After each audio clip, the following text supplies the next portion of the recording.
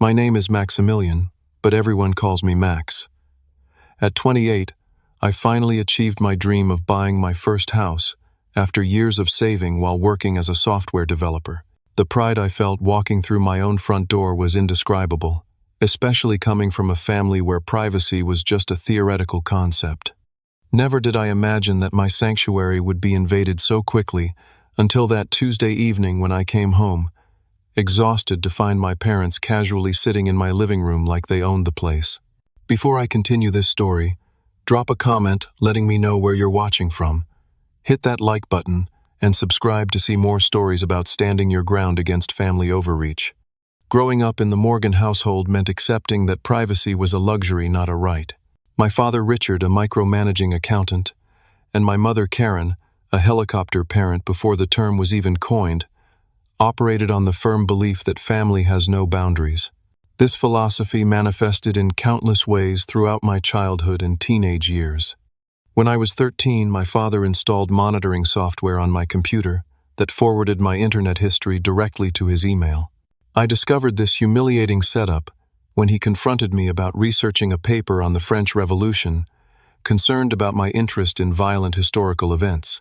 At 15, my mother regularly tidied my room, which was her euphemism for reading my private journal. She would casually reference my personal thoughts at dinner, offering unsolicited advice on friendships and crushes, while my father nodded approvingly.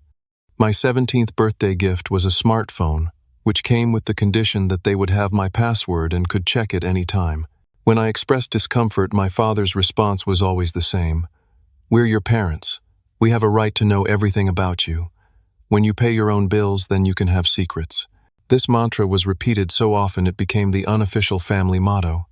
College at Arizona State became my first taste of genuine freedom. The 6-hour drive from our Sacramento home created enough distance that their oversight became impractical. I thrived in this newfound independence, making the dean's list consistently while managing my own schedule, friendships, and decisions without parental input for the first time. After graduation, I moved into a series of shared apartments with roommates from college. My parents viewed these living situations as temporary, referring to them as my practice homes until I would naturally move back to Sacramento. They never understood that every career decision, every dollar saved, was part of my strategy to build permanent independence. My job at Rapid Tech, a growing software company, demanded long hours and complete dedication. While my colleagues complained about the workload, I volunteered for overtime and weekend projects. Every extra dollar went straight into my house fund. My supervisor, Blake, noticed my determination and took me under his wing, accelerating my promotion track and increasing my saving potential. After 4 years of aggressive saving and a modest inheritance from my grandfather, the only family member who seemed to understand my need for autonomy, I had enough for a down payment. The house hunting process was exhaustive. I viewed 67 properties over 8 months, researched neighborhood crime statistics, property tax histories, and potential appreciation rates. I wanted my investment to be sound, and my decision unimpeachable when my parents inevitably questioned it. The perfect house appeared when I least expected it, a 1950s bungalow with 2 bedrooms, 1.5 bathrooms, hardwood floors beneath tired carpet, and good bones disguised by outdated fixtures. Located in Roseville, it was 30 minutes from my parents' house, close enough to visit but too far for casual drop-ins. At least that's what I thought. The previous owner, an elderly widow moving to assisted living, accepted my offer despite higher bids because I wrote a letter promising to restore the home's original character. The day I signed the closing papers was the first time I truly felt like an adult. The weight of the house keys in my palm represented everything I had worked for. The first 2 months of homeownership were a revelation in peace and self-determination. I established morning routines that began with coffee on my small back porch, listening to birds instead of parental commentary about my career trajectory. Weekends became dedicated to restoration projects, stripping decades of paint from original window frames, refinishing hardwood floors, and learning plumbing basics through YouTube tutorials and numerous trips to the hardware store. My best friend Nathan helped me install ceiling fans and paint the kitchen cabinets navy blue, a color my mother would have vetoed as too dark. But that brought me joy every morning. My colleague Amelia taught me to propagate houseplants that gradually filled sunny corners. These friends, chosen family rather than assigned, celebrated my independence without questioning my decisions. 6 weeks after moving in, I hosted my first dinner party. 7 friends squeezed around my vintage dining table, eating lasagna from mismatched plates and drinking wine from mason jars because I hadn't yet purchased proper glassware. The house hummed with conversation and laughter, christening it as truly mine. As my friends left that night, each one commented on how the house already reflected my personality, organized but comfortable, modest but thoughtful.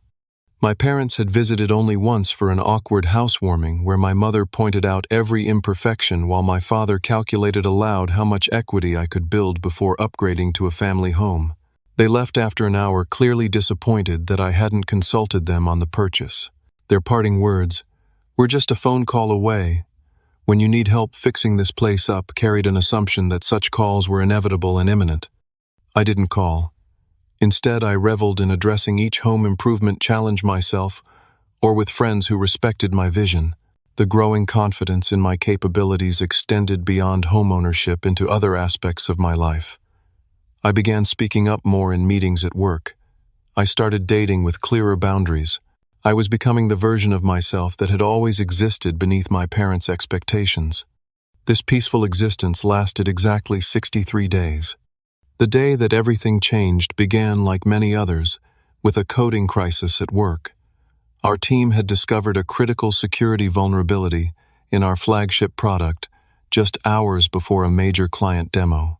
What should have been a 9-hour workday stretched into 12 as we frantically patched the issue, ran diagnostics, and prepared documentation for the executive team.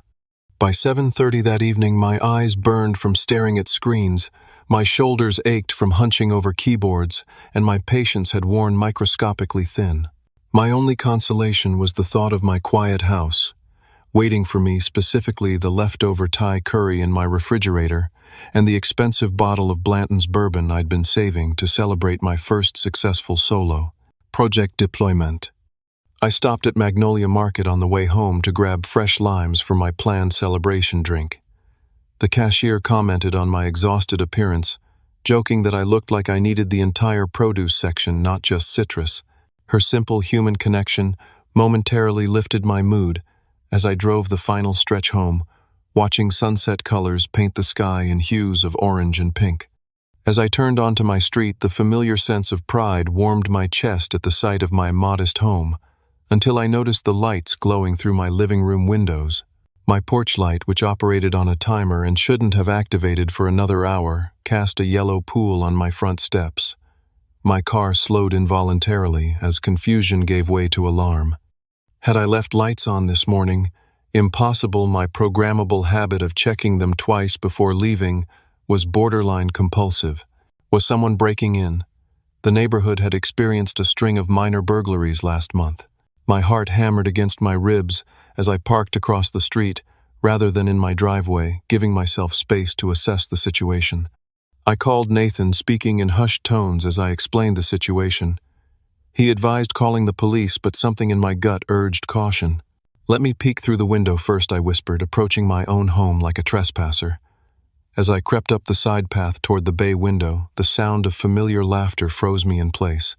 Through a gap in the curtains I hadn't fully closed that morning, I saw them, my parents, comfortably ensconced on my sofa, as if they belonged there.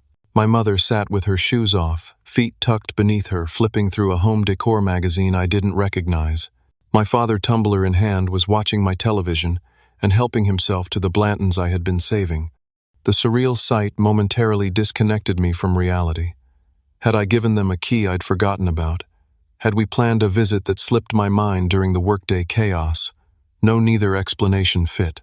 This was unauthorized entry regardless of our blood relation. I ended the call with Nathan promising to update him later and took 3 deep breaths before inserting my key into the lock. The sound prompted immediate movement inside. As I pushed open the door carrier bag of limes dangling from one wrist and laptop bag from the other, my parents looked up with expressions not of guilt, but of casual expectation. "There you are," my mother exclaimed, as if I were late to an appointment in my own home. "We were wondering when you'd get back." The living room I had left immaculate that morning had been subtly rearranged. My reading chair now angled toward the television instead of the window. A new throw blanket I'd never seen covered part of my sofa. A vase of fresh flowers, lilies that would aggravate my allergies dominated my coffee table. "What are you doing here?" I asked, my voice emerging steadier than I felt. "And how did you get in?" My mother smiled indulgently, the expression she typically reserved for what she considered my amusing overreactions. From her purse, she extracted a silver house key attached to a keychain, featuring a photo of our family from my high school graduation. "We thought we'd surprise you." She waved the key like it was a completely normal thing to possess without my knowledge. "Now it's family property, so let's not make a big deal out of it. I brought some proper curtains for that window. The ones you chose are letting in too much morning sun. You'll never get proper rest." My father took another sip of my bourbon, and added, "Your mother was worried you weren't eating right living alone. We brought lasagna, a real one, not that vegetarian nonsense you've been experimenting with. It's in the fridge." The casual invasion left me momentarily speechless. My gaze traveled from the key in my mother's hand to the bourbon in my father's, then to the stack of home improvement magazines, now occupying the side table where my computer science journals had been. While I processed this violation, my mother had already stood and was moving toward my kitchen. "I reorganized your pantry honestly. Max alphabetizing spices. Who has time for that? I grouped them by function instead. Much more efficient when you're actually cooking." Something in me snapped. Not violently, not dramatically, but with the quiet finality of a thread pulled beyond its tensile strength. I set down my bags, walked calmly to my front door, and held it open wide. A cool evening breeze swept in, carrying the scent of my neighbor's jasmine. I smiled, not the accommodating smile they were accustomed to, but one that didn't reach my eyes. "I never gave you a key," I said evenly, "because I never invited you to enter my home without permission. This isn't family property. It's my property, purchased with my money, maintained with my labor. So here's what's going to happen. You're going to leave right now, return my key, and call before visiting in the future, like everyone else in my life respects enough to do." The stunned expressions that transformed their faces would have been comical in any other context. My mother's mouth opened and closed without sound. My father's hand froze halfway to his lips, bourbon catching amber light. The silence that followed my declaration lasted approximately 3 seconds before my mother's eyes welled with tears, her standard response to not getting her way. These weren't the quiet, dignified tears of genuine hurt, but the performative kind designed to immediately shift me into the role of villain. "How could you speak to us this way?" she gasped, pressing one hand to her chest as if physically wounded. "After everything we've done for you, we raised you, educated you, supported you, and now we're not even welcome in your home." My father set down the tumbler with deliberate slowness, a gesture I recognized from childhood confrontations. It preceded his transitioning from casual dismissiveness to authoritarian anger. "You need to watch your tone, Maximilian," he said, using my full name as he always did, when asserting dominance. "Your mother went to considerable trouble to help you today. The proper response is gratitude, not this teenage rebellion. I thought you'd outgrown this phase." I remained in position, door open, expression neutral. My tone is perfectly appropriate for someone finding uninvited people in their home. "The key, please." My mother's tears escalated to quiet sobs as she looked to my father for support. He stood drawing himself up to his full height, a tactic that had intimidated me as a child, but now struck me as almost desperate. "We're your parents," he said, as if stating this fact automatically granted them immunity from normal social boundaries. "We don't need permission to check on our son. Your mother was worried about you living alone. She hasn't slept properly since you moved in here." "My living situation isn't responsible for Mom's insomnia," I replied. "And being my parents doesn't entitle you to break into my house. The key, please." My mother's crying abruptly ceased as she realized her usual tactic wasn't working. She switched strategies, moving toward me with arms outstretched for a hug. "Honey, we just want to be part of your life." "Is that so terrible? We miss you." I sidestepped the embrace, maintaining my position by the door. "There are respectful ways to be part of my life. This isn't one of them. The key, please."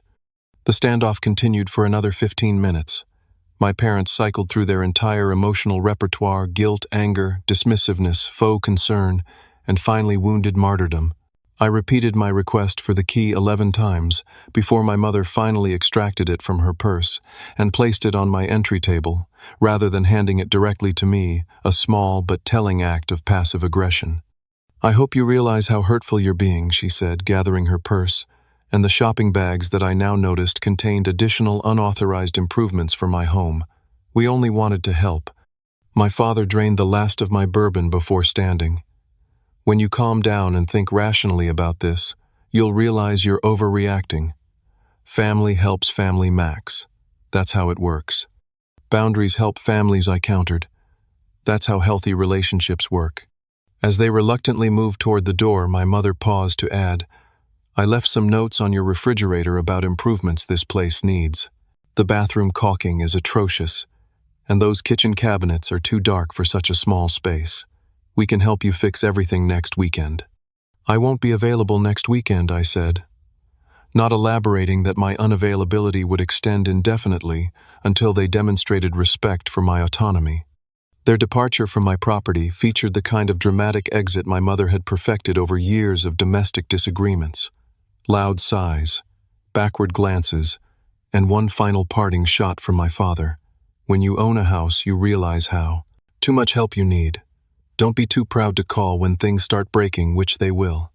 I closed the door behind them, engaged the deadbolt, and leaned against the solid wood surface, heart pounding as if I'd run a marathon. The house felt different now, contaminated by their presence, in a way that transcended the physical rearrangements. A methodical inspection of my home revealed the full extent of their interference. My mother had indeed reorganized my pantry, grouping spices in a system comprehensible only to her. She'd replaced my shower curtain with a floral pattern that clashed with my bathroom tiles. My carefully curated bookshelf had been rearranged with certain books, notably those on personal boundaries and psychology, mysteriously relegated to the bottom shelf. Most disturbingly, my home office showed signs of thorough examination. Computer cables that I meticulously arranged in a specific pattern had been unplugged and reconnected haphazardly. My filing cabinet drawer wasn't fully closed, a cardinal sin in my organizational system, and my notebook containing personal reflections and future plans had been moved from its drawer to the desktop. The refrigerator bore 7 yellow sticky notes with my mother's looping handwriting, each detailing urgent improvements ranging from "replace bathroom faucet, current one wastes water," to "consider lighter curtains, too masculine and dark." In here, the final note simply read, "Spare bedroom would make perfect nursery someday. Let's discuss paint colors next visit." Sleep evaded me that night despite my physical exhaustion. I lay awake replaying the confrontation, analyzing whether I could have handled it differently while still maintaining my boundaries. Around 2 in the morning, my phone began buzzing with text messages. From Mom.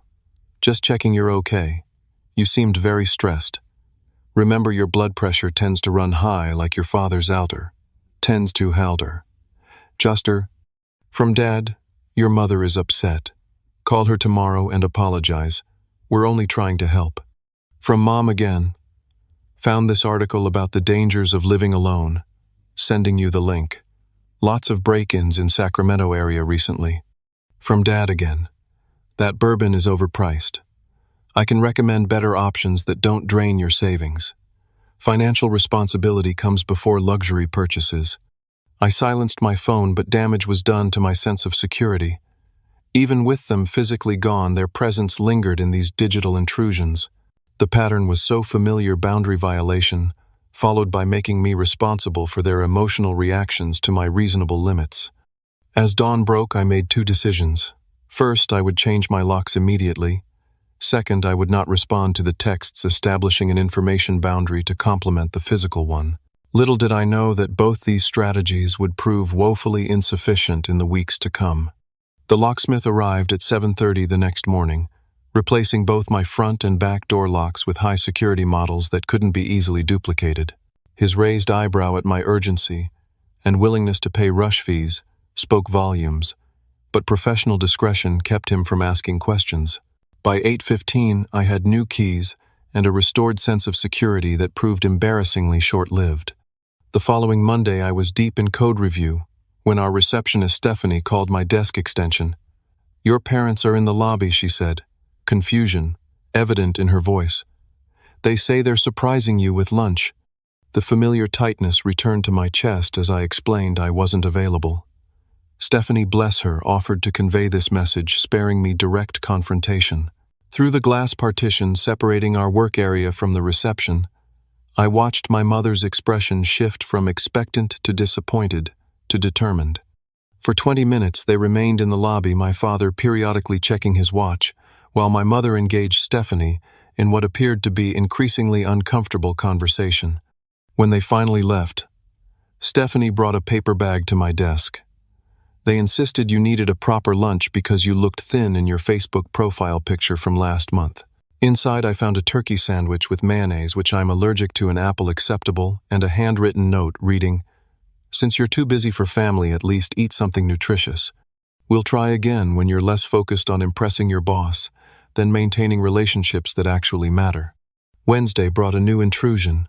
Arriving home from work, I discovered grocery bags on my front porch, perishables like milk and meat, left unrefrigerated for unknown hours. My mother's handwriting on a note taped to one bag read, "Noticed your fridge was nearly empty on Monday. No wonder you're losing weight. Let yourself in to put these away, but your key doesn't work anymore. Call locksmith, something wrong with your new locks." By Friday, the escalation continued. My neighbor Derek, a retired teacher I'd befriended during weekend yard work, approached me as I arrived home. "Your father was here for about 2 hours today," he reported. "Said you asked him to check for foundation issues. He was walking the perimeter of your house, looking in windows and checking the crawl space access. Seemed odd he didn't have a key, but he showed me a photo of you two together, so I didn't call anyone." I thanked Derek for the information while inwardly calculating the implications. My father had no background in construction or foundation work. His inspection was merely pretext for surveillance, and involving my neighbor represented a new level of manipulation, recruiting others into enabling their boundary violations. The weekend brought no respite. Saturday morning, a locksmith, not the one I had used, knocked on my door with a work order called in by the homeowner to create new keys. When I explained I hadn't placed this order, he showed me the service request form listing my father's name and contact information. I sent the locksmith away and immediately received a text from my father, "Just trying to help with your lock situation. No need to be difficult." Sunday morning, my mother happened to attend the same service at my new church, sitting next to me before I realized her presence and introducing herself to everyone in my row as Max's mother, who he doesn't visit enough. During coffee hour afterward, she managed to distribute her phone number to 3 church members, encouraging them to call if Max ever needs anything, since he's all alone in that big house. The social pressure extended beyond my parents' direct actions. By the second week after the initial incident, extended family members began reaching out. Aunt Patricia called to tell me I was breaking your mother's heart with this childish independence kick. Uncle George emailed articles about elder care and the importance of maintaining family connections before it's too late. My cousin Stephen, with whom I'd always been close, texted to ask, "What's this I hear about you banning your parents from your house?" Meanwhile, 3 friends from high school, people I hadn't spoken with in years, suddenly contacted me on social media with variations of, "Heard you're having family troubles and your mom seems really upset." The coordinated nature of these outreaches confirmed my suspicion. My parents were systematically working to create external pressure that would force me back into compliance with their expectations. The breaking point arrived 3 weeks after the initial incident. Working late to avoid going home, a psychological state I hadn't experienced since high school, I finally returned to my house around 9 in the evening. The porch light illuminated a scene that stopped me at the threshold. Through my living room window, I could see that every kitchen cabinet door stood open. Drawers had been pulled out. The contents of my pantry appeared rearranged yet again. Moving through my home in growing disbelief, I discovered my mother had completely reorganized my kitchen, according to her system, discarding storage containers she deemed unnecessary and labeling shelves with her preferred arrangements. In my home office, my father had fixed my computer desk by raising it 2 inches with wooden blocks, leaving a note explaining this was better ergonomically for someone your height. My carefully calibrated monitor setup had been adjusted, cables rerouted, and most alarmingly, my external backup drive was now connected differently. A check of my security camera footage installed after the lock change revealed they had convinced my next-door neighbor Lisa that they were bringing surprise renovations while I was at work. Lisa, who had never met them before, had been persuaded to let them access my backyard where they retrieved the emergency key I kept hidden for legitimate emergencies. This violation transcended mere boundary crossing. It represented a complete dismissal of my explicit wishes and a sophisticated campaign to undermine my independence. As I stood in my rearranged kitchen, a sudden clarity emerged through the fog of frustration. Changing locks wasn't enough. I needed a comprehensive strategy to address the psychological and social dimensions of this conflict, not just the physical access. The next morning, instead of going to work, I called in sick for the first time in 3 years and scheduled an emergency appointment with Dr. Rachel Winters, a therapist I'd been seeing occasionally to work through childhood patterns. I arrived at her office with dark circles under my eyes and a 3-page typed list of boundary violations that had occurred in just 3 weeks. What we're seeing is a extinction burst, Dr. Winters explained after reviewing my situation. When entrenched behaviors are suddenly met with resistance, they often intensify dramatically before subsiding.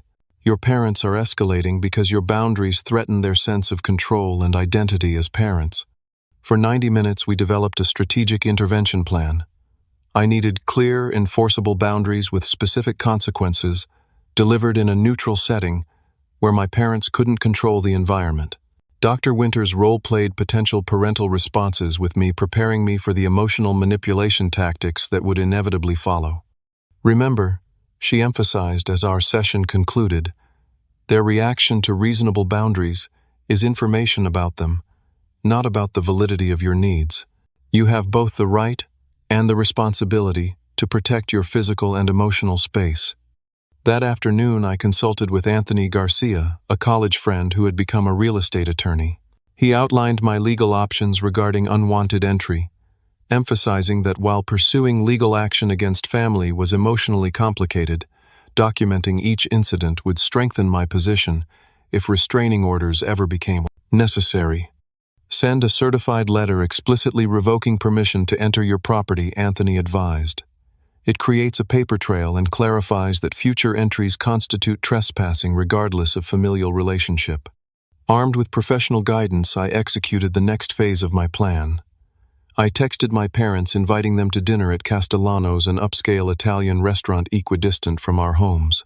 The neutral territory would prevent scenes. My mother hated public embarrassment more than almost anything, while the reservation time, 6:30 on Tuesday evening, would naturally limit the interaction's duration due to the restaurant's popularity and table turnover. Their response was immediate and revealing. My father texted, "Finally coming to your senses, your mother will be pleased." My mother called within minutes, already planning to arrive early to discuss some ideas for your guest bathroom renovation. These responses confirmed they interpreted my invitation not as a boundary-setting conversation, but as capitulation, exactly as Dr. Winters had predicted. Tuesday evening arrived with stomach-churning anxiety I hadn't experienced since college finals. I deliberately arrived 20 minutes early to secure our table and establish psychological home field advantage, but discovered my parents already seated, my mother rearranging the table settings, and my father questioning the waiter about wine selections my son might enjoy. "We took the liberty of ordering appetizers," my mother announced as I sat down. "You always take too long to decide, and the bruschetta here is apparently exceptional. And I've selected a Barolo that won't break your budget," my father added. "The markup on wine in restaurants is highway robbery, but this one's reasonable." Their presumptiveness extending even to this meal I had initiated and would be paying for perfectly illustrated the dynamic I needed to address. I waited until after drink orders and appetizers, allowing the social ritual to establish a veneer of normalcy before introducing the actual purpose of our gathering. "I invited you tonight because we need to discuss something important." I began, keeping my voice measured despite my racing heart. "The current dynamic between us isn't working, and I want to establish healthier patterns before our relationship suffers permanent damage." My mother immediately reached for my hand across the table. "We've been so worried about exactly that. You've been distant and cold, and we're concerned about your isolation in that house. Your father and I have been talking about— Please let me finish, I interrupted gently but firmly. This isn't about my house or my lifestyle choices. It's about boundaries and respect between adults. I removed a small note card from my pocket, not because I needed notes for this conversation I'd rehearsed repeatedly, but because the physical object provided a concrete focus. I want to be clear about 3 specific boundaries going forward. First, no one enters my home without explicit invitation each time. Having a key which was obtained without my knowledge doesn't constitute ongoing permission to enter. My father's expression darkened. That's ridiculous. We're family, not strangers. Second, I continued as if he hadn't spoken. My personal and professional spaces are mine to organize and maintain according to my preferences. Commentary or criticism about my decorating organization or lifestyle choices is only welcome when I specifically ask for input. My mother's eyes widened. So we're supposed to pretend we don't notice when you're living in conditions that aren't up to. Third, I pressed on communication with my friends, colleagues, neighbors, or extended family about me needs my consent. Recruiting others to pressure me is inappropriate and damages multiple relationships, not just ours. The silence that followed lasted through the arrival of our main courses. My mother stared at her pasta without touching it, tears forming but held in check by the public setting. My father methodically cut his chicken parmesan into precise squares, a controlling gesture I recognized from childhood dinners after I'd disappointed him. So that's it, he finally said. You've unilaterally decided we're toxic influences to be managed. I've decided I'm an adult who deserves the same respect you'd give any other adult, I clarified. These boundaries aren't punishments. They're the foundation of a healthier relationship where we can actually enjoy each other's company without underlying resentment. My mother's composure finally broke. After everything we've sacrificed for you, she said, voice rising despite the restaurant setting, this is how you repay us, by treating us like intruders, by embarrassing us in public with this intervention. Several nearby diners glanced our way. The waiter approaching with water refills diverted to another table. I'm not trying to embarrass anyone, I said quietly. That's why I chose a private table in a restaurant, instead of having this conversation in my living room or yours. I'm trying to find a way forward that respects everyone's needs. Your needs seem to be excluding your family from your life, my father countered, voice tight with controlled anger. That's not a boundary, Max. It's rejection of the people who made you who you are. I'm not excluding you, I explained. I'm asking for interactions based on mutual respect, rather than assumed authority. You're welcome in my life and my home with invitation and consideration for my autonomy. The conversation deteriorated rapidly from there. My mother abandoned any pretense of composure, tears flowing freely, as she detailed sacrifices made during my childhood music lessons I'd begged for, and sports equipment they'd scrimped and saved to provide. My father transitioned from cold anger to overt threats, suggesting they might need to rethink financial help with your student loans. Loans I had been managing independently since graduation, and reconsider the inheritance discussions. We've been having a manipulative reference to hypothetical future money I'd never factored into my planning. When my mother began loudly recounting my childhood medical emergencies and how she'd slept beside your hospital bed for 3 nights when you had pneumonia drawing stares from nearby tables, I recognized the futility of continuing. This public venue chosen to prevent exactly this scene had instead become theater for their emotional performance. I signaled for the check paid while they were still mid-argument and stood to leave. I care about you both, I said quietly. That's why I'm trying to establish a relationship that works for all of us as adults. I hope you'll consider what I've said once emotions aren't running so high. My father's parting words as I walked away. Don't expect us to come running next time you need help with that money, Pithouse echoed in my ears as I drove home simultaneously. Relieved the confrontation was over and devastated by its predictable failure. The failed dinner conversation made one thing abundantly clear. Verbal boundaries alone would never suffice. The following morning I implemented the comprehensive security plan Anthony had helped me develop. A locksmith installed commercial-grade deadbolts with keys that couldn't be duplicated without signed authorization forms. Electronic keypads with programmable codes replaced traditional locks on both exterior doors, allowing me to grant temporary access when appropriate without distributing physical keys. A complete security system followed door sensors, motion detectors, and window alarms connected to a monitoring service with my parents explicitly listed as unauthorized users who could not request system overrides. The doorbell camera I'd installed earlier was supplemented with additional exterior cameras covering all potential entry points, with footage backing up to cloud storage I alone could access. Derek, my retired neighbor who had previously been unwittingly recruited into my parents' schemes, became a valuable ally once I explained the situation. My sister pulled similar stunts with my nephew, he confided. Some folks can't accept when the parent-child relationship evolves. I'll keep an eye out and let you know if they show up while you're at work. I provided similar context to my direct neighbors on both sides and across the street, framing the situation tactfully, as my parents are having trouble respecting boundaries as I establish independence, rather than detailing the full extent of their violations. This network of aware neighbors created a community safety net without burning bridges through excessive disclosure. The physical security measures addressed only one dimension of the problem. The emotional boundaries required equally rigorous protection.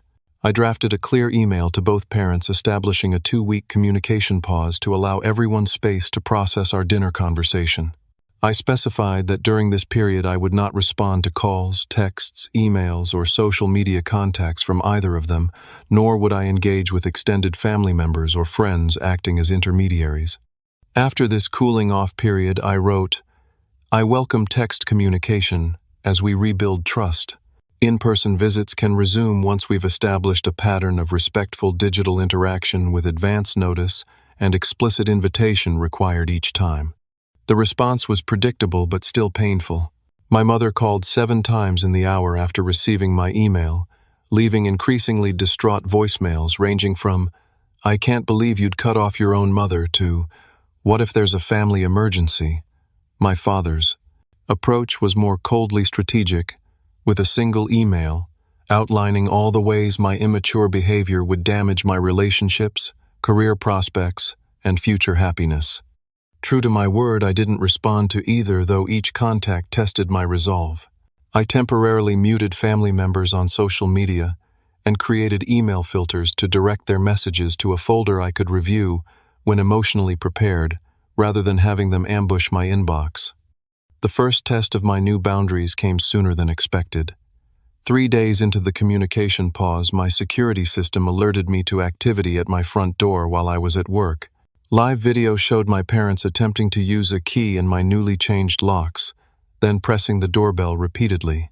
When these efforts failed, my father circled to the back door, while my mother remained at the front, creating a 2-pronged attempt to gain entry.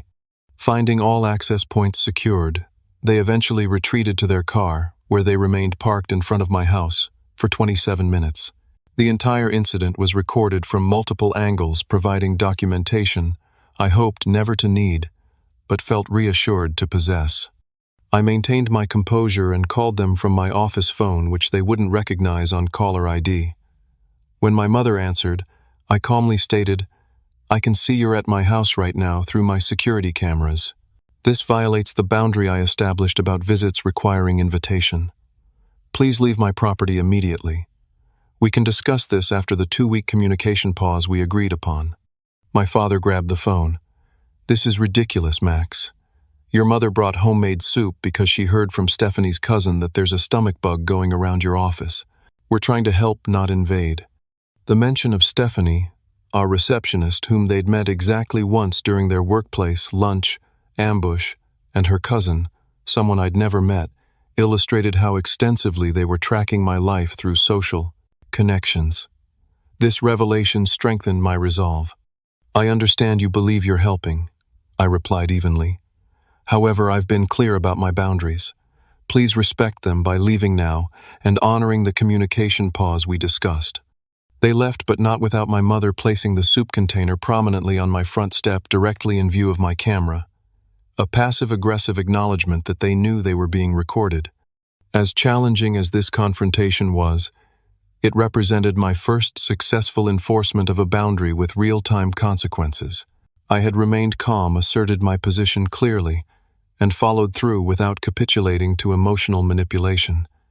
It was a small victory, but a significant one in the larger campaign for relationship recalibration. The unexpected ally emerged a week into the communication pause. My phone displayed an unfamiliar number one evening which I almost ignored, assuming it was another parental end run around my boundaries. Something compelled me to answer, revealing my father's sister, Aunt Rebecca, whom I'd always liked but rarely saw due to her living in Colorado.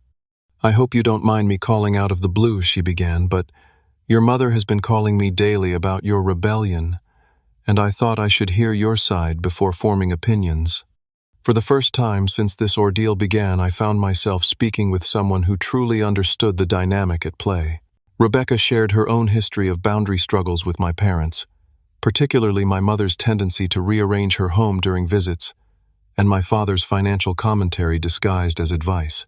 "They did the same thing when I bought my condo after my divorce," she revealed. "Showed up unannounced, had keys made, somehow rearranged my bedroom as a surprise. When I confronted them, your mother cried for 3 days, and your father suggested my hormones were making me ungrateful." Rebecca's validation that I wasn't overreacting or being unreasonable provided a psychological anchor I desperately needed.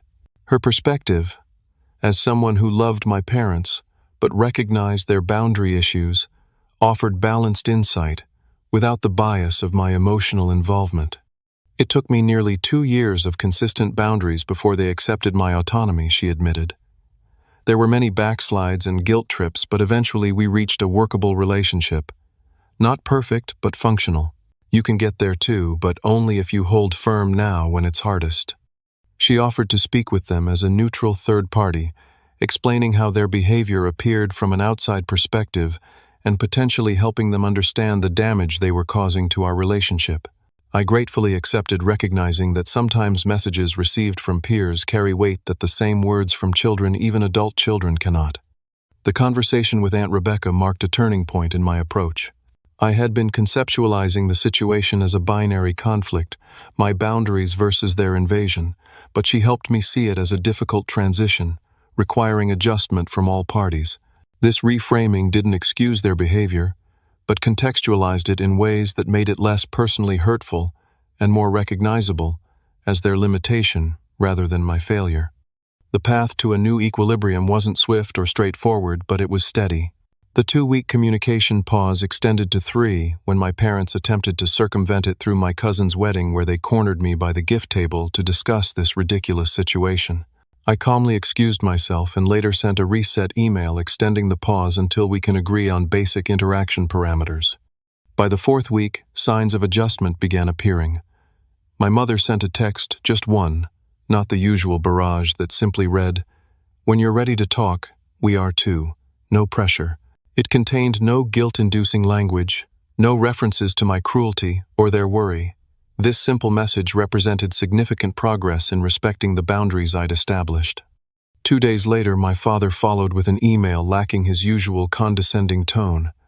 "Your Aunt Rebecca suggested we may have overstepped. Not our intention. Would like to understand your perspective better when you're open to sharing it." These tentative olive branches allowed for cautious re-engagement. I responded with appreciation for their messages and suggested a phone call the following weekend, a deliberate choice, offering connection while maintaining physical distance.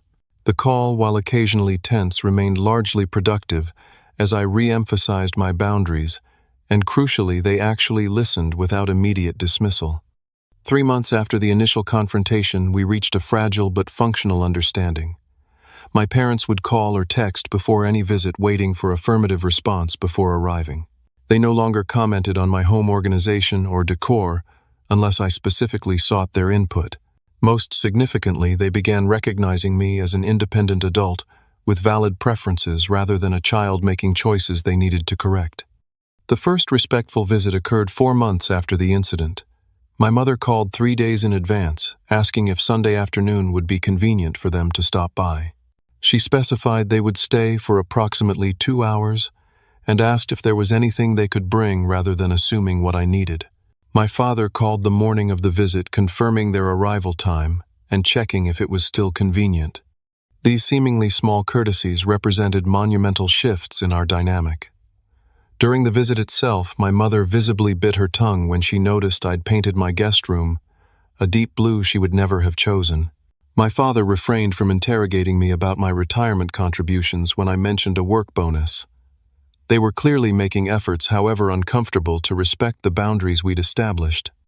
As our relationship recalibrated, I noticed positive ripple effects throughout other areas of my life. The confidence gained from standing firm with my parents translated to greater assertiveness at work.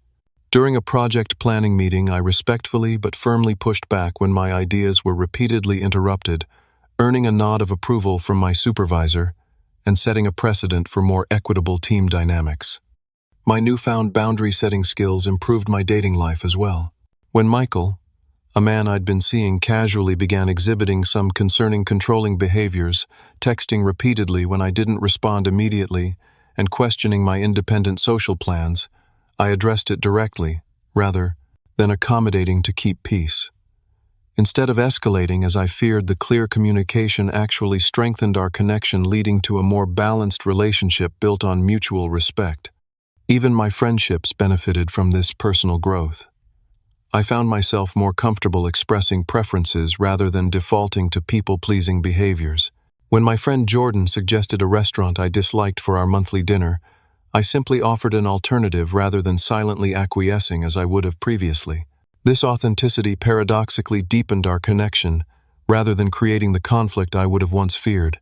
6 months after that Tuesday evening, when I found my parents in my living room, I hosted a small housewarming party, the proper celebration my home deserved. My parents attended as invited guests, arriving at the specified time with a thoughtful housewarming gift, a custom address stamp I had actually mentioned, wanting rather than unsolicited home improvements. Watching them interact respectfully with my friends, colleagues, and neighbors, introducing themselves without embarrassing childhood stories or undermining comments, I felt a complex mixture of emotions: pride in our collective growth, gratitude for the difficult but necessary confrontation that catalyzed change, hope for the evolving relationship we were building on healthier foundations. That evening, as my father helped clean up without rearranging my kitchen, and my mother complimented my home without suggesting improvements, I recognized the profound truth that had emerged from this challenging chapter. Ownership extends far beyond property deeds and mortgage payments. True ownership encompasses your decisions, your boundaries, and your right to define relationships on mutually respectful terms. The house keys in my pocket represented more than access to physical space. They symbolized the authority to determine who entered both my home and my life, under what conditions and with what expectations. This authority wasn't selfishly guarded, but thoughtfully administered, creating space for genuine connection rather than obligatory compliance. As my last guests departed, and my parents prepared to leave without assumptions about staying over or returning unannounced, my mother paused at the door. "Your grandfather would be proud of this place," she said simply, "and of you." The comment, free from manipulation or hidden agenda, felt like the final confirmation of our new dynamic. We had traversed a difficult path together and emerged with something more valuable than unquestioned access or authority. We had built mutual respect. Sometimes the most loving thing you can do is say no to those you care about most, not out of rejection or spite, but from commitment to authentic relationship. In establishing these boundaries, I hadn't lost my family. I'd created the foundation for a healthier one. Have you ever had to set difficult boundaries with family members who didn't respect your independence? Share your experience in the comments below. If my story resonated with you, please hit that like button and subscribe for more real-life lessons about navigating complicated relationships. Thank you for listening, and remember, owning your boundaries is the first step to owning your life.